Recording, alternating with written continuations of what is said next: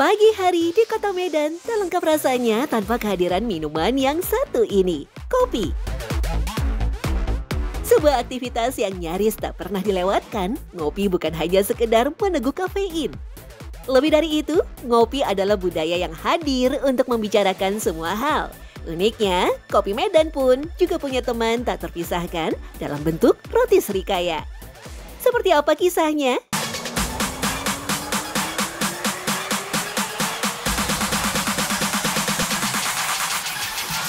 Di antara sekian banyak kedai kopi yang tumbuh di Medan, ada satu nama yang begitu melegenda, Kedai Kopi Apek.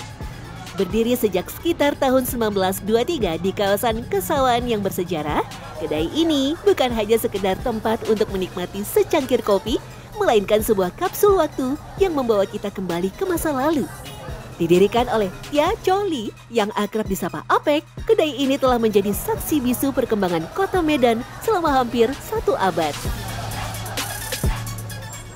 Artinya itu panggilan orang tua gitu, dalam orang Chinese gitu kan, Ape. Jadi ke bawah-bawah kita kedai kopi Ape, duduk gitu. Jadi ya namanya jadi Ape lah, ke bawah-bawah udah ini, udah lama gitu. Salah satu ciri khas teman ngopi Medan adalah roti panggang dengan isian Srikaya. Asal-muasal roti Srikaya di Medan memang memiliki akar kuat dalam pengaruh kuliner Tionghoa peranakan. Rasa manis Srikaya yang khas mampu menyeimbangkan kepekaan rasa pahit kopi, menciptakan harmoni cita rasa yang memanjakan lidah. Ya tergantung orang sih, kadang ada yang celupin, ya. Ada juga yang kopinya dulu minum. Tapi kadang dicelupin, kadang di kopi susu dingin itu rotinya kadang dicelupin di kopi susu dingin.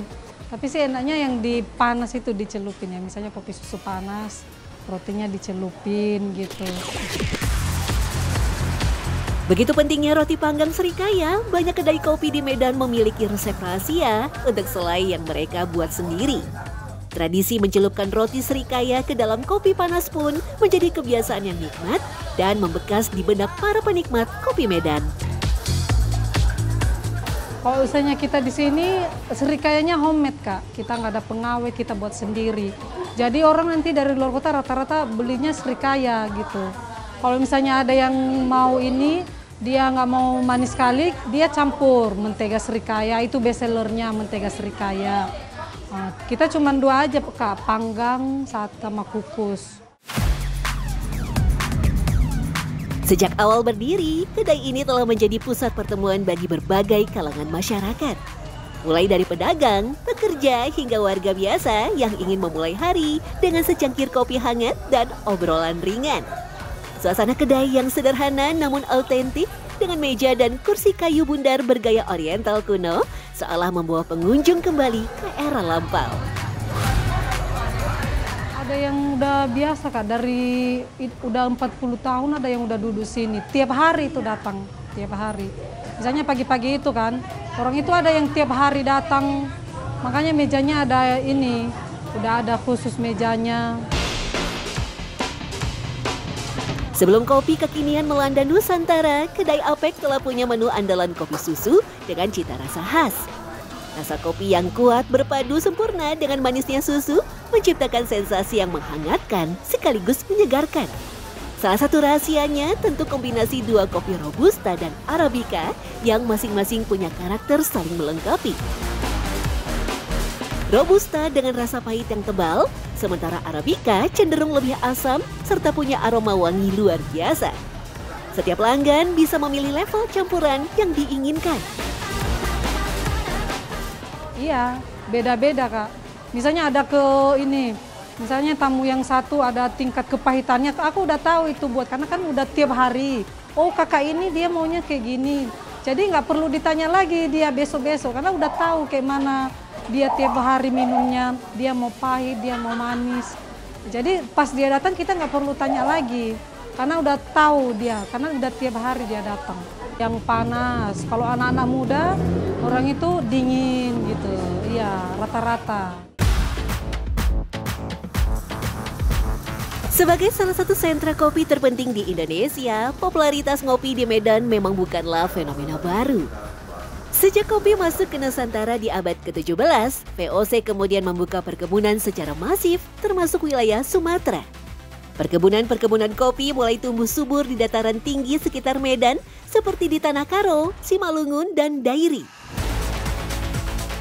Secara sejarah memang kopi itu bisa dikatakan sudah dari mulai tahun 1840-an ada di Sumatera Utara. Itu berasal dari masa tanam paksa zaman dulu. Zaman Belanda itu ada tanam paksa di Mandailing. Makanya ada kopi Mandailing. Tahun 1840 mungkin Maksa Pelari itu membela petani yang dipaksa menanam kopi. Jadi sekitar 1/4 dari ladangnya harus ditanami kopi dan kopinya diserahkan ke Belanda. Di antara berbagai jenis kopi di Medan, kopi Sidikalang adalah salah satu jenis yang populer. Dengan ketinggian mencapai 1.000 hingga 1.500 meter di atas laut, tanah vulkanik yang subur dan curah hujan yang cukup membuat kawasan Kabupaten Dairi punya lingkungan sempurna untuk pertumbuhan kopi. Ciri khas kopi Sidikalang adalah aroma yang kuat dan tajam, tetapi seimbang dalam rasa pahit dan asam. Karakteristik inilah yang membuat kopi Sidikalang sangat konsisten untuk menghasilkan seduhan yang memuaskan. Baik untuk kopi hitam murni, kopi susu, maupun campuran lainnya.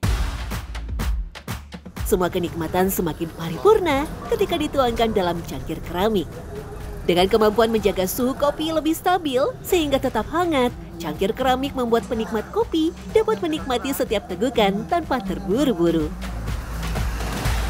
Kalau aslinya dia di cangkir keramik, mungkin dia supaya lebih lama hangatnya, cangkir yang tebal itu. Kalau dulu kita seperti saya, kalau melihat orang minum di gelas gitu, aneh buat saya karena tradisinya itu memang di cangkir itu. Dengan budaya Melayu yang kental, kopi ala Medan juga punya nama masing-masing yang khas. Kopi O merujuk pada racikan kopi dan gula, sementara kopi O kosong untuk pesanan kopi hitam tanpa gula, sementara jika ingin kopi susu, maka disebutlah kopi C. Huruf O sendiri merupakan singkatan atau representasi dari kata hitam dalam beberapa dialek Tionghoa. Wajar saja, di awal perkembangan kopi hitam alias kedai kopi di Medan, banyak diantaranya yang dibuat oleh imigran Tiongkok yang dulunya menjadi pekerja perkebunan kopi. Terus kita kan dulu mengenal, zaman penjajahan itu mengenal orang asing Asia, yang orang asing Belanda, kelas 2-nya orang asing Asia. Itu termasuk Arab, Cina, itu kelasnya berbeda dengan pribumi. Jadi mungkin itu maksudnya. Jadi kalau pribumi ya dia di kedai-kedai di pasar aja gitu. Jadi tidak ke restoran. Tapi kalau Cina dia sudah punya. Sejarah panjang, cita rasa otentik, dan tradisi yang kuat telah menjadikan budaya ngopi di Medan sebagai bagian tak terpisahkan dari identitas kota. Aroma kopi yang menggoda, kelezatan roti serikaya yang tak terlupakan, semuanya berpadu menciptakan sebuah pengalaman ngopi yang kaya dan berkesan.